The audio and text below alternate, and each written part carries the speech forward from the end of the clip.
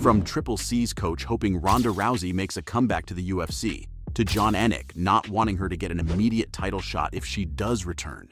Here's why Henry Cejudo's coach thinks Rousey can save the UFC's featherweight division. It's been nearly 6 years since Ronda hung up her gloves and left the UFC. But Cejudo's coach Eric Albarson thinks she can revive the 145-pound division if she makes a comeback. For the past few years, Ronda's been pursuing an exciting career in the world of entertainment. She starred alongside some of the biggest celebs in the world in the Expendable and Fast and Furious franchises, signed with the WWE, and became one of the most popular female sports entertainers of her time. But it seems like everyone's forgotten that she's still an extremely dangerous fighter. Her time at the UFC was nothing short of extraordinary. And, believe it or not, she was the highest-paid fighter in the promotion. In fact, Rousey took the women's MMA division to new heights, and considering her impressive resume, Eric is calling on the rowdy one to make a comeback and save the featherweight division from a boring death. Ever since Amanda Nunes retired, both the bantamweight and featherweight divisions have freed up, but there isn't a lot of competition in the lower weight class. That's why Eric thinks Ronda should make a comeback, bring the division back to life, and finally give fans something to cheer for. But isn't it messed up that Eric disregarded every fighter in the division? I mean, there's still a lot of big names in the featherweight class, so for Eric to be talking about Ronda making a comeback to save the division doesn't make a lot of sense. But maybe he's hinting at something different here. Amanda controlling 2 divisions at the same time left a huge gap when she retired. And while Juliana Pena will probably be the #1 contender for the bantamweight division, in a sense, Eric's right about the 145-pound class needing some serious action. But what I'm trying to understand is, why isn't Eric more interested in the idea of Ronda returning to the bantamweight division? She's a former champion, and there's already a title contender in that weight class, so setting up a fight would be much less work. They could just throw Ronda and Pena into the octagon and have them fight for UFC gold. So why would Eric specifically mention Rowdy coming back to featherweight? Honestly, I think he wants to see Ronda rule both divisions because she might be the only female fighter out there who has what it takes to become the new doubleweight champion, after Nunes. But at the end of the day, her comeback's nothing but a rumor, and I think it would take a lot to get her to drop everything she's doing and return to the octagon again. Because despite her dominance, 6 years is a lot of time, and no one knows if she still has the determination to put herself through the grueling training all over again. The WWE is not the UFC, and sure, it's physically demanding, there's no denying that, but it doesn't test you like MMA. Besides, does Ronda even want to fight again? I don't think so.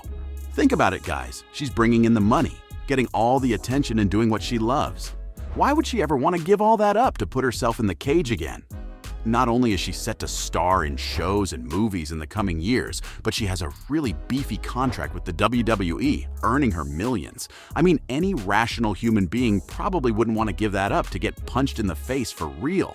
But then again, let's not forget what's on the line here.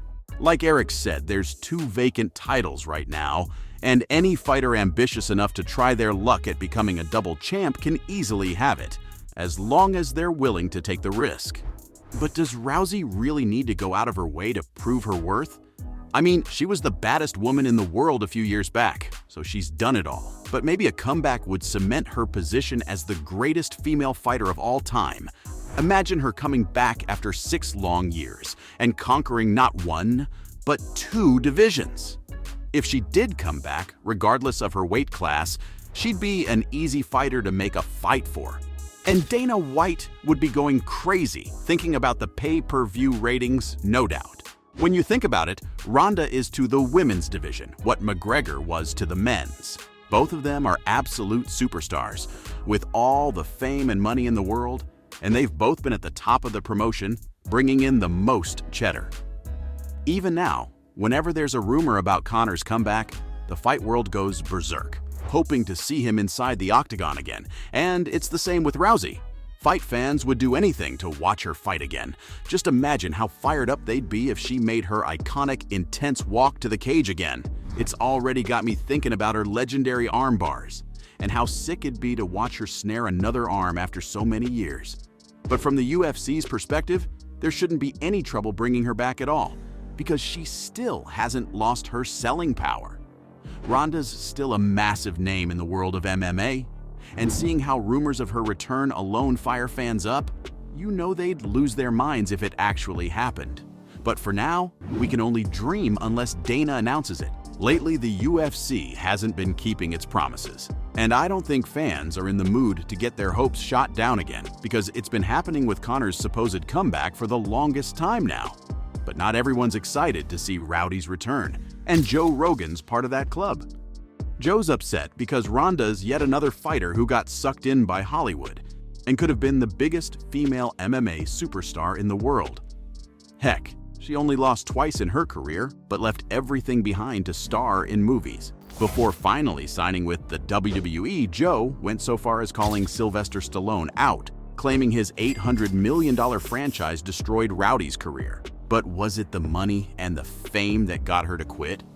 Or did she not want to put herself at risk anymore? Maybe a combination of the two. If you ask me, 2 consecutive defeats were too much for her. Martial artist with no flaws in her game. And still the undisputed finish. Holly Holm is the new UFC couch and new undisputed UFC. For someone who'd gotten used to destroying her opponents, maybe the pressure of losing her streak got to her and she folded. But that's not what Joe thinks. He still blames Hollywood for ruining her career.